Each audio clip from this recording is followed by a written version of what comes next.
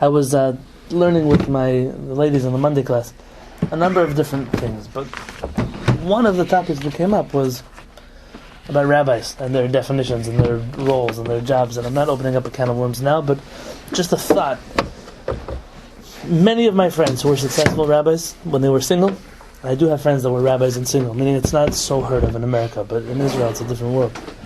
Their success as being a rabbi stopped when they got married. Really? Supposed to be the way around. They married somebody who either didn't understand the commitment of being in this kind of position or a similar position. It doesn't have to be a rabbi in a community, but they weren't interested in leaving their families and going out to some nowhere place and starting a community. They struggled with, it's almost like being married to a person who has another wife. I mean, there's another community, people that can call you in the middle of the night or in the morning. There's no time that's off. People that they loved that their husbands were rabbis, but they didn't want to be Rebbitzins. So in a community that needed both a male and female role model, the community only got one, and she was busy showing up on Shabbat morning, kind of forced out of her bed. And so there are many such situations, and it's in my opinion that that's what's led to this whole movement of trying to find female clergy and female role models, because the traditional Rabbanit that used to be the other 50% of a rabbi, they were both the spiritual role models of the community. It's now been diluted to a man, if he's even half capable of being a rabbi, and his wife is not really involved. It would be nice to see a world where, when I was dating, being a rabbi was a flaw on my record. Many girls would turn down my shidduch resume because I was dating, because I was a rabbi. And I'll tell you why. Some said that I was a working man, meaning I wasn't a learning boy, because I wanted to be a rabbi. So that was considered derogatory. Like, oh, you have a job? God forbid, we don't want to marry. It's a crazy world. It used to be people want people with jobs. Today it's like they want the unemployed learning boy. Or there were the people that said, oh, we're not cut out for that. It wasn't the most appealing thing on the record. They didn't want to have to deal. Right? It wasn't what they were looking for. Many of my friends, after a year, 2, 3, 4, 5 dating, they just gave up. Okay, we're just going to take the religious girl that we can marry and have a family with. And I don't blame them for it, but I almost wish that there was a world of Jewish women who were interested in doing the same thing. And instead of them having to necessarily become just a woman rabbi, but they would be educated to be in the field of a Rabbanit. They would know the halachot. They would know. There isn't any training for that. Right? And there is no training for Rabbanit. If you don't mind me asking, how did Devorah pick this up? It's a great question. When you met her in Tzfat, she was organizing the women. Right. It's a great question. Already. But I've argued, can I extend a little bit just for a minute? Please. There's a court case going on right now. I believe it's up in Oregon, but don't hold me to it. There's something called a community kollel. And basically, imagine two young couples came out that town and opened up a community together.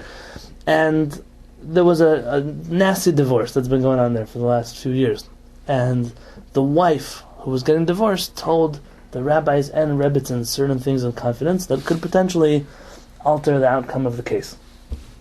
The court summoned the rabbis to the podium, to the witness stand, and as a clergy member, they don't have to divulge information that was given to them in confidence as a clergy member, like doctors and patients, or therapists and their patients, or whatever else it would be. Mm-hmm. So the husband's lawyer tried a dirty trick.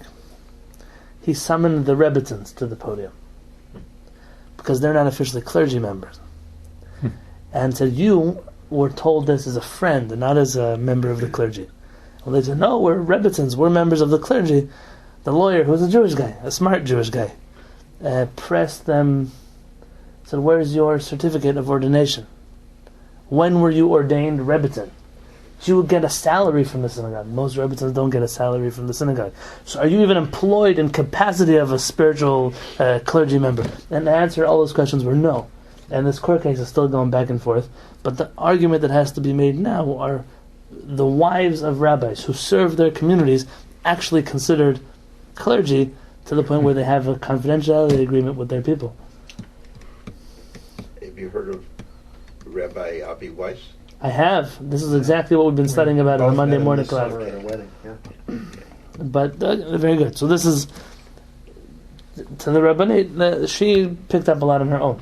And when I met her, I was like, whoa, there you go. This is the one who got it. But I cannot tell you how many religious Jewish girls that were teachers and all kind of, graphic design, whatever Jewish girls do, occupational therapy. Everyone's got their own little Jewish girl thing that they do. The daughters of rabbis. Daughters of rabbis. They're in training. Most daughters of rabbis don't want to be rabbis' wives. Oh, right. That's interesting. Unfortunately. Their experience with the Rabbanit was not always a good one. It has something to be said about the rabbis and their lack of being present for their families, and the communities and their unfair criticisms of a rabbi's personal life and his family. Two girls in the same class, and one of them is the rabbi's kid, and one of them is not. Both do the same thing that's wrong, but the rabbi's kid is held to a different standard than the other one. Why? She's also a teenage kid in a school that's struggling. It's just the way the world works, and very often people don't want to live in that glass house forever. But when I would sit on dates and mention, the Arizal. I have religious girls, 22, 23, teachers in Jewish school. Who's that? Who's that? You never heard of that Arizal? I have giving a Jewish 101 class. And unfortunately, what I discovered was that many Orthodox girls they're not pushed to be intelligent or well-versed or learned. Maybe just in kashrut. No, they're taught like little children are taught in school for the rest of their careers, even when they go to seminary, and they never get the ability to open up texts and translate them and read them. And my wife, interestingly enough, in her Hasidic group, girls being able to open up their own books and translate texts and commentaries was actually pushed very much. In Madrash and Linda Dambam, where Ariella went also. Right, well, see, that's already in a modern Orthodox setting, which has that value, but I'm talking here in Borough Park. My wife today, sometimes someone will ask her a halachic question, and she'll go to the shelf and open up a Shulchan Aruch, or open up Rav Ovadia Yosef's works, or open up. And she didn't learn that in Borough Park, but those are tools that she had that other people don't have. I wish one day there would be we're not talking, not what you mentioned, Jack, but even just a Rabbanit program, a training seminar for the wives of rabbis. That would be I can't believe that hasn't been developed over the centuries by now. Jewish girls are not meant to be anything before they're married. So they can't train as a Rabbanit before they're married, because they're told they should be very flexible to whoever is going to come. It's a very old school, traditional mentality that doesn't work in the year 2016, but it's still pushed. I also think communities were much more organic in the old days, in terms of everyone was like family anyway. You were in villages, and it was much less professionalized. Even the rabbinate was less professional. And by the way, the professionalization of the rabbinate is a mistake. It's what scares people away from the Beth Knesset and from the synagogue. For the whole learning. But I got, before I was married, I would get questions. Tarat HaMishpacha. How awkward it is for a lady to have to call you up, especially you're a man. I'm a single man, to ask questions about family purity. But who else? You're the rabbi.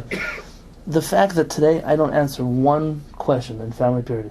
My wife answers the questions. Whatever she doesn't know comes to me in a confident meeting. I don't know who asked it. I don't know who they're talking about.